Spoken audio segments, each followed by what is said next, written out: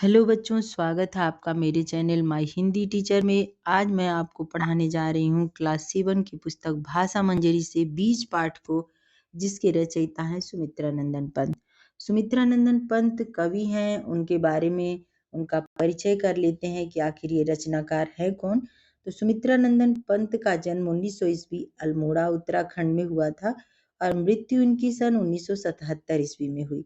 प्रमुख इनकी रचनाएं हैं पल्लव, गुंजन, युगांत, ग्राम्य, स्वर्ण किरण, उत्तरा, कला और बूढ़ा चांद, चितंबरा, लोकायतन इत्यादि। इनको प्रमुख सम्मान मिला है भारतीय ज्ञानपीठ पुरस्कार चितंबरा के लिए 1968 ईस्वी में, साहित्य अकादमी पुरस्कार कला और बूढ़ा चांद के लिए, सोवियत लैंड नेहरू पुरस्कार लोकायतन के लिए इन्हें इतने सारे पुरस्कार मिल चुके हैं। अब बच्चों पाठ का परिचय देख लेते हैं, लेकिन उससे पहले हम देखेंगे कि इस पाठ से हम सीखने वाले क्या हैं। तो इस पाठ से हम अधिगम फल हमारा होगा, हम जो सीखेंगे छायावादी प्रकृति प्रेमी कवि के रूप में सुमित्रा नंदन पंत का हमने परिचय तो देख लिया। अब उसके बाद हम देखेंगे बीज के माध्यम से जीवन की उत्पत्ति, विकास एवं संघर्ष की प्रक्रिया को समझना। और इसमें ये भी देखेंगे कि सूक्ष्म बीज के संदर्भ में मानव अस्तित्व की असीम संभावनाओं को भी कैसे दिखाया गया है। और एक और चीज है इसमें जो इम्पोर्टेंट है, छायावादी रचना प्रक्रिया को हम जानेंगे कि छायावादी कवि की रचनाएं कैसी होती हैं, क्योंकि सुमित्रा नंदन पंत एक छायावादी कवि हैं। चलिए पाठ का परिचय, ये बीज पाठ है। बीज आखिर एक छोटा सा बीज से ही इतनी सारे पेड़ बनते हैं, वृक्ष बनते हैं, जड़, तना, फल, फूल, पत्ती सब कुछ होता है जिसका उपयोग हम करते हैं। तो आखिर इस बीज पर, एक छोटे से बीज पर इतनी बड़ी कविता सुमित्रा नंदन पंत ने लिखी है। इसमें क्या लिखा है इसको देखेंगे। बीज कविता में कवि सुमित्रा नंदन पंत ने बरगद के बीज के माध्यम से जीवन की उत्पत्ति, संघर्ष एवं विकास की ओर संकेत किया है। जिस प्रकार बीज अपने अस्तित्व को बचाए रखता है, गहन अंधकार से प्रकाश की ओर जाता है और सभी बाधाओं को पार कर एक फलता फूलता वृक्ष बन जाता है, उसी प्रकार मनुष्य को भी अपना अस्तित्व बनाए रखने के लिए संघर्ष करना पड़ता है। अब चलिए बच्चों इस कविता को पढ़ती हूँ, फिर इसका सारांश बताऊंगी, उसके बाद एक एक पैराग्राफ का आपको भावार्थ भी बताऊंगी। मिट्टी का गहरा अंधकार डूबा है उसमें एक बीज, वह खो न गया मिट्टी न बना कोदो सरसों से क्षुद्र चीज। उस छोटे उर में छिपे हुए हैं डाल पात और स्कंद मूल, गहरी हरितिमा की संस्कृति, बहुरूप रंग फल और फूल। वह है मुट्ठी में बंद किए वट के पादप का महाकार, संसार एक आश्चर्य एक, वह एक बूंद सागर अपार। बंदी उसमें जीवन अंकुर जो तोड़ निखिल जग के बंधन, पाने को है निज सत्व मुक्ति चिर निद्रा से जग बन चेतन। मिट्टी का गहरा अंधकार सोया है उसमें एक बीज, उसका प्रकाश उसके भीतर, वह अमर पुत्र वह तुच्छ चीज।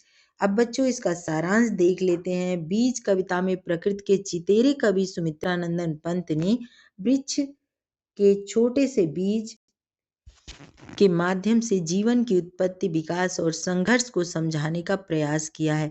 कवि का मानना है कि संघर्ष के बाद ही विकास की प्राप्ति होती है। बीज जिस तरह विषम परिस्थितियों में भी अपने अस्तित्व को बचाए रखता है, गहन अंधकार से प्रकाश की ओर जाता है और वृक्ष के रूप में विकसित होता है। देखिए बीज, अंकुरित बीज का चित्र दिखाया गया है। उसी प्रकार मनुष्य को भी अपना अस्तित्व बनाए रखने और विकास हेतु सतत संघर्षशील रहना चाहिए।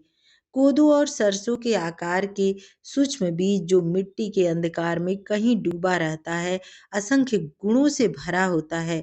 अनुकूल परिस्थितियों में वह डाल, पात, तना, जड़, हरियाली, रंग रूप एवं फल फूल सहित विशाल वृक्ष बन जाता है।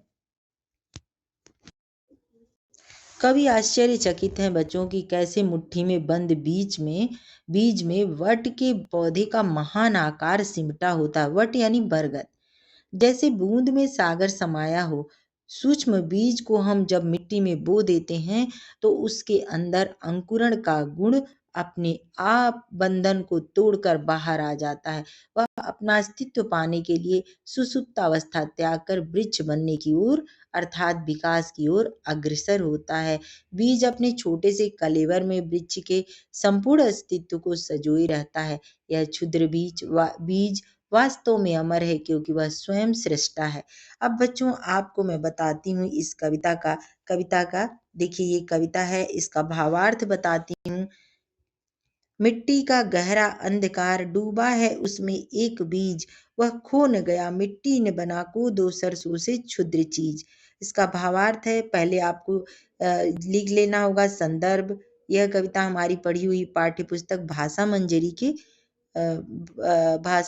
की क्लास 7 की पुस्तक से ली गई है, जिसके बीज नामक भाषा मंजरी के क्लास 7 की पुस्तक से बीज नामक पाठ से ली गई, जिसको सुमित्रा नंदन पंत ने लिखा है। तो अब इसके बाद आपको भावार्थ लिखना है। भावार्थ में लिखना है कि प्रस्तुत काव्यांश में कवि सुमित्रा नंदन पंत छोटे से बीज के माध्यम से मिट्टी का गहरा अंधकार डूबा है उसमें एक बीज, छोटे से बीज के माध्यम से जीवन की उत्पत्ति, संघर्ष और विकास को समझाने का प्रयास करते हुए कहते हैं कि कोदो सरसों से क्षुद्र चीज, यानी कोदो और सरसों से छोटा बीज मिट्टी के गहरे अंधकार में कहीं दबा रहता है, परंतु अपने अस्तित्व को बचाए रखता है। यह क्षुद्र बीज अपने विकास के लिए सतत संघर्षशील रहता है। बच्चों आपने देखा होगा, आपने घरों में काबुली चने या लाल चना या फिर मूंग मटर किसी भी चीज को अंकुरित करके देखा होगा, कैसे उसमें जड़ निकल जाती है, अंकुरण निकल जाता है। अगर आप उसको मिट्टी में दबा देते हैं तो वह एक प्लांट बन जाता है, पौधा बन जाता है, और वहां भी वह संघर्ष करता है मिट्टी के गहरे अंधकार में और एक अच्छा सा पौधा बन करके तैयार हो जाता है। अगला है उस छोटे उर में छिपे हुए, पैराग्राफ को आप देखिए। उस छोटे उर में छिपे हुए हैं डाल पात और स्कंद मूल, गहरी हरितिमा की संस्कृति वह रूप बहुरूप रंग फल और फूल। हरितिमा का अर्थ होता है बच्चों हरियाली और संस्कृति का अर्थ होता है संसार। उस छोटे उर मतलब हृदय, डाल पात यानी डाली पत्ता। फिर इसका भावार्थ देखते हैं बच्चों। प्रस्तुत काव्यांश में कवि सुमित्रा नंदन पंत ने छोटे से बीज के अंदर छिपी अपार संभावनाओं को उजागर किया है। उस छोटे उर में छिपे हुए हैं डाल पात और स्कंद मूल, उसमें अपार संभावनाओं को उजागर किया है। उनके अनुसार छोटे से बीज के हृदय में, उर का अर्थ होता है बच्चों, उर का अर्थ होता है हृदय। उस छोटे से हृदय में, बीज के हृदय में डाल पात भी छुपे हैं, स्कंद मूल भी छुपा हुआ है और गहरी हरियाली छुपी हुई है। संसार सारा हरियाली का सारा संसार छुपा हुआ है और गहरी हरितिमा का संस्कृति यानी संसार, बहुरूप रंग फल और फूल, अनेक रूप रंग फल और फूल इसमें छिपा होता है। वह मिट्टी में है मुट्ठी में बंद किए बटके पादप का महाकार, संसार एक आश्चर्य एक व एक बूंद सागर अपार। कवि के अनुसार बीज के छोटे से आकार में वट के वृक्ष की विशालता छिपी होती है। संसार का यह एक आश्चर्य ही है कि एक बूंद के समान बीज में सागर से अपार क्षमता होती है। उस बीज में पौधे के जीवन का अंकुर छिपा होता है। बंदी उसमें जीवन अंकुर, जो तोड़ निखिल जग के बंधन, पानी को है निज सत्व मुक्ति, चिर निद्रा से जग बन चेतन। देखिए इसका भावार्थ। प्रकृति के चितेरे कवि सुमित्रा नंदन पंत अपनी कविता बीज के माध्यम से जीवन की वास्तविक प्रक्रिया की चर्चा करते हुए कहते हैं कि बीज में पौधे के जीवन का अंकुर बंद रहता है। यह बीज संसार के संपूर्ण बंधनों और बाधाओं को तोड़कर बाहर आ जाता है। वह अपने अस्तित्व को पाने के लिए सुसुप्तावस्था को त्याग कर जागृतावस्था को प्राप्त करता है। जग चेतन, चिर निद्रा से जगवन चेतन। मिट्टी का गहरा अंधकार सोया है उसमें एक बीज, उसका प्रकाश उसके भीतर, वह अमर पुत्र वह तुच्छ चीज। प्रस्तुत पंक्तियों में कवि कहते हैं कि बीज के अंदर अमरता का गुण है, मिट्टी का गहरा अंधकार सोया है, उसमें एक बीज, उसका प्रकाश, उसके भीतर वह अमर पुत्र, वह तुच्छ चीज। कवि कहते हैं कि बीज के अंदर अमरता का गुण है, मिट्टी के गहरे अंधकार में रहकर भी उसका जीवन प्रकाश उसके भीतर सिमटा रहता है। अनुकूल परिस्थितियां पाकर बीज के भीतर का प्रकाश फूट पड़ेगा। बाह्य रूप से तुच्छ समझा जाने वाला बीज वास्तव में अमर है, क्योंकि उसके अंदर जीवन प्रकाश है जो हर अंधेरे को पार कर बाहर आएगा। कवि का यह संदेश है कि मानव को भी स्वयं में निहित गुणों के विकास के लिए सदैव प्रयासरत रहना चाहिए। बच्चों देखिए, बीज जो देखने में बाहर तो हमें एक छोटा सा दाना दिखता है, लेकिन उसके अंदर असीम संभावनाएं छुपी होती हैं। उसके अंदर एक बट वृक्ष, एक विशाल वृक्ष छुपा होता है। उस बीज के अंदर एक इतनी ढेर सारी पत्तियां, इतना ढेर सारा जड़, तना, फल, फूल, पत्ती, हवा, सब कुछ उसके अंदर छुपा होता है। बहुत बड़ी बात है, एक छोटा सा बीज एक इतना बड़ा हमारे लिए इतनी सारी चीजें उपलब्ध कराता है। इसीलिए तो कहते हैं बच्चों, कभी किसी को छोटा नहीं समझना चाहिए। बीज सुमित्रानंदन पंत द्वारा रचित कविता है। इसमें कवि ने बरगद के बीज के माध्यम से जीवन की उत्पत्ति, विकास एवं संघर्ष की ओर संकेत किया है। जिस प्रकार बीज अपने अस्तित्व को बचाए रखता है, गहन अंधकार से प्रकाश की ओर जाता है। देखिए, अंधकार से प्रकाश की ओर जाना है, ये आएगा प्रश्न। बीज कविता को किसने लिखा? आप बता सकते हैं कि सुमित्रानंदन पंत ने लिखा। अब प्रश्न उठता है कि बीज कविता के कवि कौन है? सुमित्रानंदन पंत है। बीज कविता किस भाषा में लिखी गई है? हिंदी भाषा में। बीज कविता में वर्णित बीज किस पौधे के हैं? तो बरगद के बीज के बारे में है। बीज कहाँ सोया हुआ है? ऐसे प्रश्न आएंगे बच्चों, बीज कहाँ सोया हुआ है? मान लीजिए आपके पास 4 ऑप्शन आ गया, जल में, मिट्टी में, वायु में, आकाश में, तो आप कहेंगे मिट्टी में सोया हुआ है।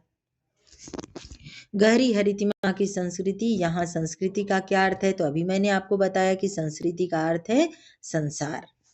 जीवन अंकुर कहाँ बंद है? जीवन अंकुर बीज में बंद है। चलिए यहाँ पे देख लेते हैं पाठ के अनुसार बीज में क्या क्या है। पाठ के अनुसार बीज में जड़, तना, फल, फूल, पत्ती सब कुछ है, अर्थात असंख्य गुण बीज के अंदर छुपे हुए हैं, जो कि उसे अनुकूल परिस्थितियां मिलने पर विशाल वृक्ष बना देते हैं। जब कोई बीज मिट्टी में डालते हैं तो उसका क्या परिणाम होता है? प्रश्न नंबर 2। जब हम कोई बीज मिट्टी में डालते हैं, उत्तर है बच्चों, तो वह अंकुरित होकर सर्वप्रथम पौधे के रूप में पैदा होता है। समय बीतते जाता है और वह पौधा धीरे धीरे अपने विशालकाय रूप में वृक्ष बनकर हमारे सामने खड़ा हो जाता है। ये तो आपने भी देखा होगा। अगला प्रश्न है, कवि ने बीज के लिए उसका प्रकाश उसके भीतर क्यों कहा? कवि ने बीज के लिए उसका प्रकाश उसके भीतर इसलिए कहा क्योंकि बीज सूक्ष्म होता है। सूक्ष्म का अर्थ है बच्चों छोटा। बीज सूक्ष्म होता है। जब उसे मिट्टी, जल, वायु और प्रकाश जैसी दशाएं मिलती हैं, सारी सुविधाएं मिलती हैं, तो उसके भीतर का, अंदर का प्रकाश जाग उठता है और वह सूक्ष्म बीज विशाल पौधा बनकर हमारे सामने आ जाता है। पौधों के जन्म लेने की क्षमता को ही यहाँ प्रकाश उसके भीतर कहा गया है। अगला है बच्चों चौथा नंबर, आशय स्पष्ट करें। बंदी उसमें जीवन अंकुर जो तोड़ निखिल जग के बंधन, पाने को है निज सत्व मुक्ति, चिर निद्रा से जग बन चेतन। इन पंक्तियों का आशय स्पष्ट करने के लिए कवि ने कहा है तो इन पंक्तियों का आशय स्पष्ट करते हैं कि इन पंक्तियों का आशय यह है कि सूक्ष्म बीज जब मिट्टी में बो देते हैं तो उसके अंदर अंकुरण का बंदी गुण अपने बंधन को तोड़कर बाहर आ जाता है। वह अपने वजूद को पाने के लिए सुसुप्तावस्था त्याग कर, यानी जो बीज मिट्टी में सोया रहता है, सुसुप्तावस्था जो शांत एकदम पड़ा रहता है, उस शांत चित्त को वह त्याग करके अपनी क्षमता को ही यहाँ प्रकाश, और वह बाहर वृक्ष बन करके आ जाता है, अर्थात विकास के प्रक्रम को अपना लेता है और धीर नितत सतत बढ़ता रहता है नित्य। अगला देखते हैं बच्चों, लास्ट क्वेश्चन है, आपके विचार से बीज एक तुच्छ चीज है अथवा नहीं? अपने उत्तर के पक्ष में तर्क दीजिए। अब बच्चों, आपने पाठ पढ़ लिया, आपको ऐसा जरूर पता चल रहा होगा कि बीज एक तुच्छ चीज नहीं है, क्योंकि ये तो बहुत बड़ी चीज है, एक विशाल वृक्ष है। तो आप देखते हैं, आप अपने भी हिसाब से लिख सकते हैं, लेकिन मैं इसके प्रश्न का उत्तर आपको बता देती हूँ। मेरे विचार से बीज तुच्छ नहीं है, वह महान है, जो पौधे वृक्ष के संपूर्ण अस्तित्व को अपने छोटे से बीज में संजोए रखता है। सही परिस्थितियां आने पर वह उसे बड़ा बनने के लिए प्रोत्साहित कर देती है। चलिए बच्चों, इसको यहीं पे देखते हैं, और आपका ये भाषा संदर्भ है, इसको भी कंप्लीट कर लेते हैं हम लोग। देखिए यहाँ पर भाषा संदर्भ लिखा है, कूदो सरसों से क्षुद्र चीज, डैश है वह अमर पुत्र वह तुच्छ चीज।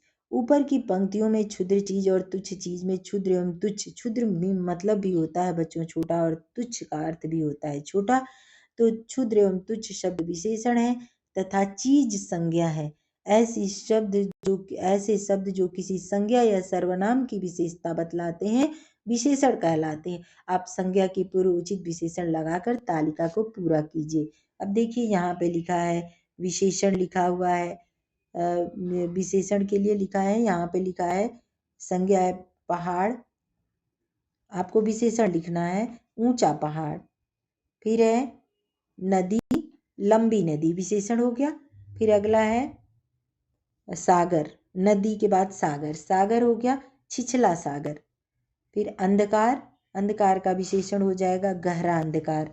और बीज, बीज सब संज्ञा है बच्चों, तो बीज का विशेषण हो जाएगा नन्हा बीज।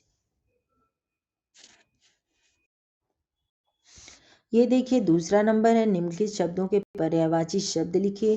तो पर्यायवाची शब्द को भी बता देती हूँ बच्चों। फूल, फूल का पर्यायवाची होगा पुष्प, कुसुम, सुमन। निद्रा, निद्रा का पर्यायवाची होगा नींद, सुप्ति, शयन। पादप, पादप का पर्यायवाची होगा तरु, पौधा, पेड़, वृक्ष। संसार, संसार का पर्यायवाची होगा जगत, विश्व, दुनिया। अगला है प्रकाश, प्रकाश और पुत्र, तो पुत्र का पर्यायवाची होगा बच्चों सुत, बेटा, तनुज। और प्रकाश का पर्यायवाची होगा उजाला, रोशनी, जगमगाहट। चलिए बच्चों, इसको यहीं समाप्त करती हूँ, और आपसे इतना जरूर कहूंगी, देखिए यहाँ पे लिखा हुआ है कि अपने बीज, कुछ पेड़ पौधों को बीज एकत्र करके उनके पौधे के रूप में विकसित होने का अवलोकन कीजिए और तालिका को पूर्ण कीजिए। तो ये आप इस तालिका को बना करके हर दिन एक बीज को पानी में डाल करके उसको देख सकते हैं कि उसमें उसका कितना विकास हुआ, और आप इस तालिका में लिख सकते हैं। चलिए इस पाठ को यहीं समाप्त करती हूँ। प्रश्नोत्तर भी हो गया, भाषा संदर्भ भी हो गया, कविता भी हो गया, सारांश, भावार्थ सब कुछ हो गया बच्चों। चलिए इसको समाप्त। धन्यवाद। अगर आप मेरे चैनल पर नए हैं तो आपसे इतना जरूर कहूंगी कि मेरे चैनल को सब्सक्राइब कर लीजिए, ताकि आपको मेरा लेटेस्ट वीडियो मिलता रहे। और इसको लाइक भी जरूर करिएगा बच्चों, ताकि मेरा मोटिवेशन बढ़ता रहे, मैं आपके लिए नए नए वीडियो बनाती रहूं। धन्यवाद।